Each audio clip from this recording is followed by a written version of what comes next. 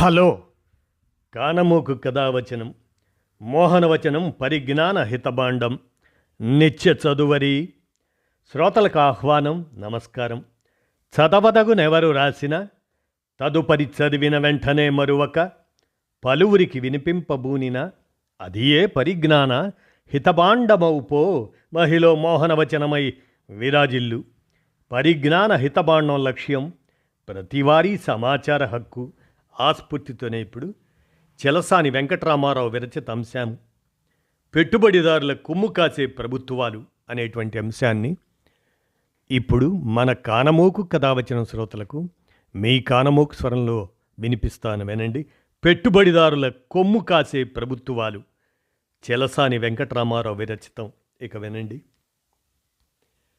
కార్పొరేట్ల సేవకే అభివృద్ధి మంత్రం.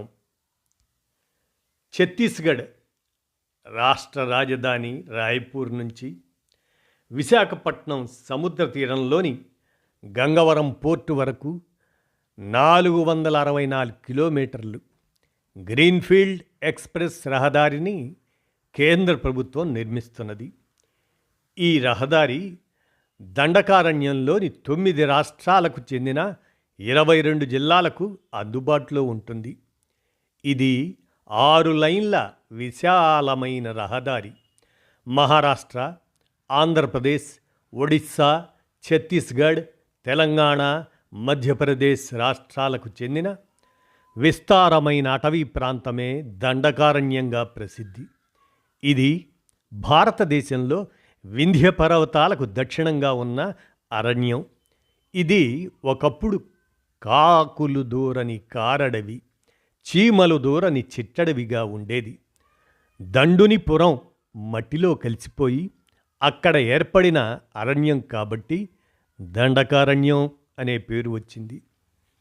ఈ అడవి 200 మైళ్ళు అంటే 300 కిలోమీటర్లు ఉత్తర దక్షిణాలుగా, 300 మైళ్ళు అంటే 500 కిలోమీటర్లు తూర్పు పడమర దిశలకు విస్తరించి ఉంది.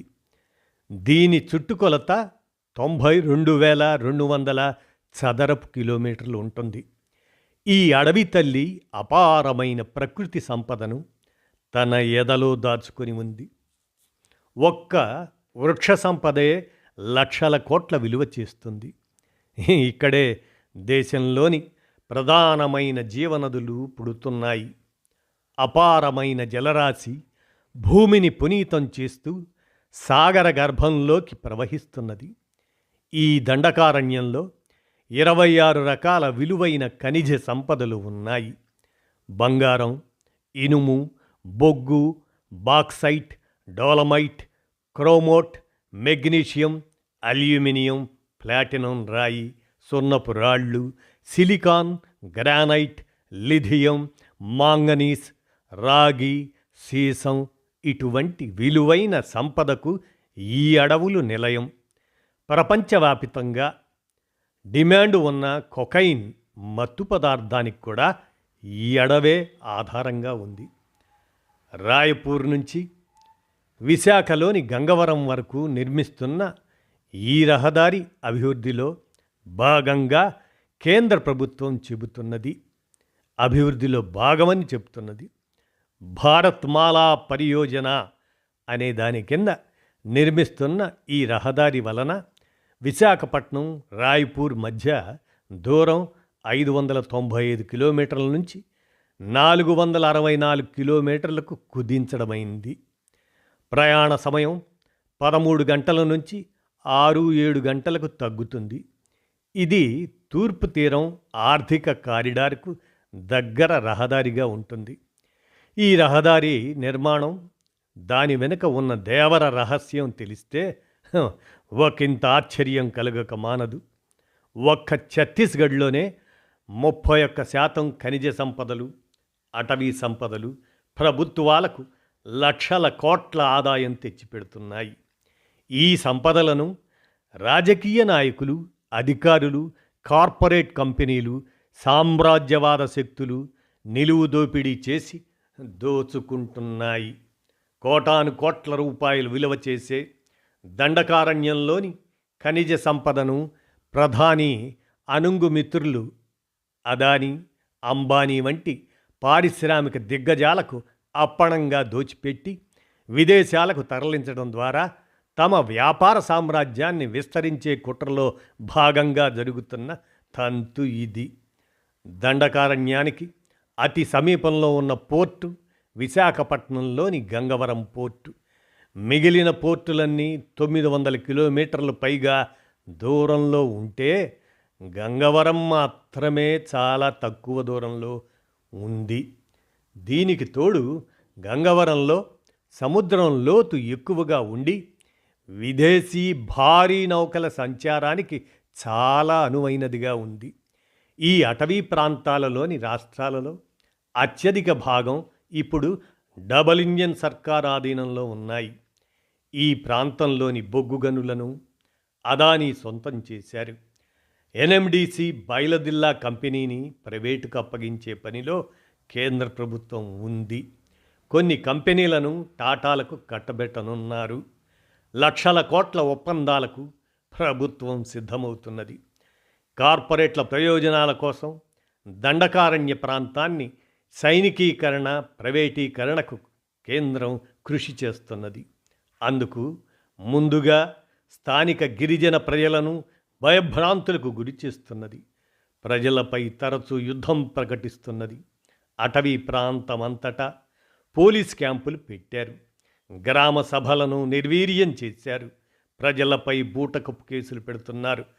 నక్సలైట్లుగా ముద్ర వేసి జైళ్ల పాలు చేస్తున్నారు.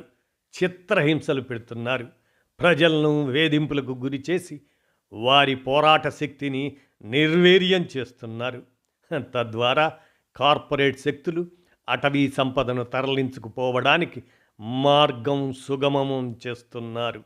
దండకారణ్యం ప్రాంతం దేశంలో నక్సలైట్ ఉద్యమానికి కేంద్ర స్థానంలో ఉంది. వీరికి ఇక్కడ గిరిజనుల్లో మంచి ఆదరణ, ప్రోత్సాహం ఉంది.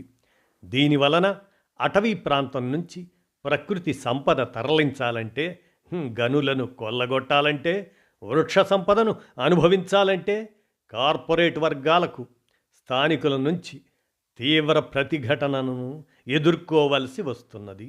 అందుకే నక్సలైట్లను నిర్మూలించడం ద్వారా గిరిజన ప్రతిఘటనోద్యమాన్ని బలహీనపరచాలని ప్రభుత్వం ఆలోచిస్తున్నది. అందుకే దేశ హోంశాఖ మంత్రి 2026 నాటికి దేశంలో మావోయిస్టు ఉద్యమాన్ని నిర్మూలిస్తామని పదే పదే ప్రకటిస్తున్నారు.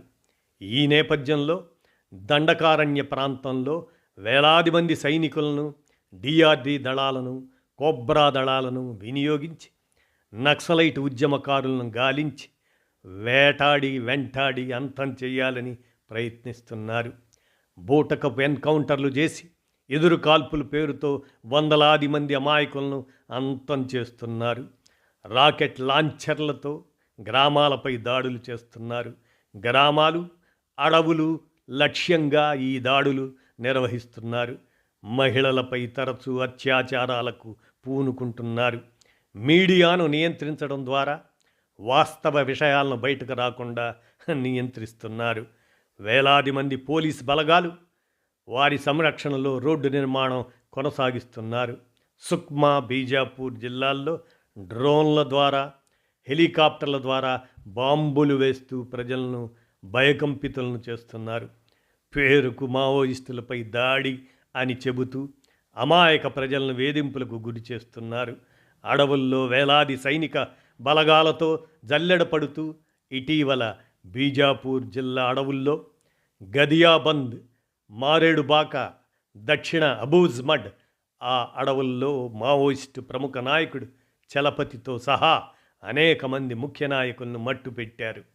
దంతెవాడ, బీజాపూర్, నారాయణపూర్, బస్తర్, కొండగాం ప్రాంతాలలో తరచుగా ఎన్కౌంటర్లు చోటు చేసుకుంటున్నాయి. పెద్ద సంఖ్యలో మావోయిస్టులు చనిపోతున్నారు. జనవరి 7న బీజాపూర్ జిల్లాలో అర్ధరాత్రి ప్రజలందరూ నిద్రించే సమయంలో టేకులగూడెం క్యాంపు నుంచి రాకెట్ లాంచర్లతో చుట్టుపట్ల గ్రామాలపై దాడులు చేశారు. ఇక్కడ లంబాడి, కోయ, గోండు, చెంచు, సెంతల, సౌర, భూమిహార్, కొండరెడ్లు అటువంటి 32 జాతులకు చెందిన గిరిజన ప్రజలు నివసిస్తున్నారు.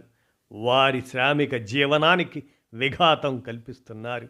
వారి జీవనాధారమైన అడవి నుంచి తరిమివేసే కుట్రలకు పాల్పడుతున్నారు. నదులు, జలపాతాల, సారవంతమైన ప్రదేశాలతో అపార సంపదకు నిలయమైన ఈ ప్రాంతం నుంచి గిరిజనులను గెంటివేసి ఈ సంపదను కార్పొరేట్ శక్తులకు అప్పగించే కుట్రలో భాగమే మావోయిస్టుల నిర్మూలన ఆలోచన. గత ఏడాది 42 ఎన్కౌంటర్లలో సుమారు 300 మందికి పైగా మావోయిస్టులు మృతి చెందినట్లుగా లెక్కలు చెబుతున్నాయి. దండకారణ్యం ప్రాంతంలో నిత్యం తుపాకుల నీడన పాలన సాగుతున్నది. అపార ఖనిజ సంపద ఉన్నా ప్రజలు కడు పేదరికం అనుభవిస్తున్నారు. ఈ ఖనిజ సంపదను కార్పొరేట్ లాబీ జపాన్, చైనా వంటి అనేక దేశాలకు ఎగుమతులు చేసి తమ సంపదను పెంచుకుంటున్నది. ప్రపంచ కోటీశ్వరులతో లాభాలతో పోటీ పడుతున్నది. మన ముడి సరుకుని వినియోగించుకొని ఆయా దేశాలు అభివృద్ధిలో అగ్రస్థానంలో కొనసాగుతున్నాయి. అభివృద్ధి చెందిన దేశాలుగా మనపై పెత్తనం చేస్తున్నాయి. భారత్ ముడి సరుకు వినియోగించుకుంటున్న అభివృద్ధి చెందిన దేశాలు తాము నెలకొల్పిన ఆధునిక పారిశ్రామిక కేంద్రాలు నెలకొల్పి 7-8 దశాబ్దాలు గడిచిపోయింది. నేటి పరిస్థితులకు అనుగుణంగా వాటిని ఆధునీకరించాల్సి ఉంది. అందుకు అవసరమైన ఖనిజ, వృక్ష సంపదను దండకారణ్యం నుంచి తరలించడానికి రాయపూర్ విశాఖపట్నం ఎక్స్ప్రెస్ రహదారి, గంగవరం పోర్టు దోహదం చేస్తాయి. ఆయా దేశాలు ఆధునీకరణలో తొలగించిన వృధా యంత్రాలను కరిగించి భారతదేశంలో మార్కెట్ చేసుకునేందుకు కూడా ఈ పోర్టు, రహదారి ఉపయోగపడతాయి. దేశ పారిశ్రామిక దిగ్గజాలకు, దోపిడీదారులకు, బహుళజాతి కంపెనీలకు ప్రయోజనాలు కల్పించే కుట్రలకు కేంద్రంగా గంగవరం పోర్టు అదానీ చేతుల్లో ఉంది. ఇక దండకారణ్యం పైన తమ ఆధిపత్యం నెలకొల్పుకుంటే వారి ఆర్థిక సామ్రాజ్య విస్తరణకు అడ్డే ఉండదు.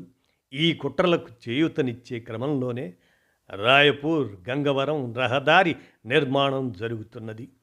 అభివృద్ధి మంత్రం జపిస్తూ కార్పొరేట్ల భజనతో అపారమైన ప్రజా సంపదను కార్పొరేట్లకు దోచిపెట్టే చర్యలను ప్రజలు గ్రహించి పాలకుల అసంబద్ధ ప్రజా వ్యతిరేక విధానాలను అడుగడుగునా ప్రతిఘటించాలి.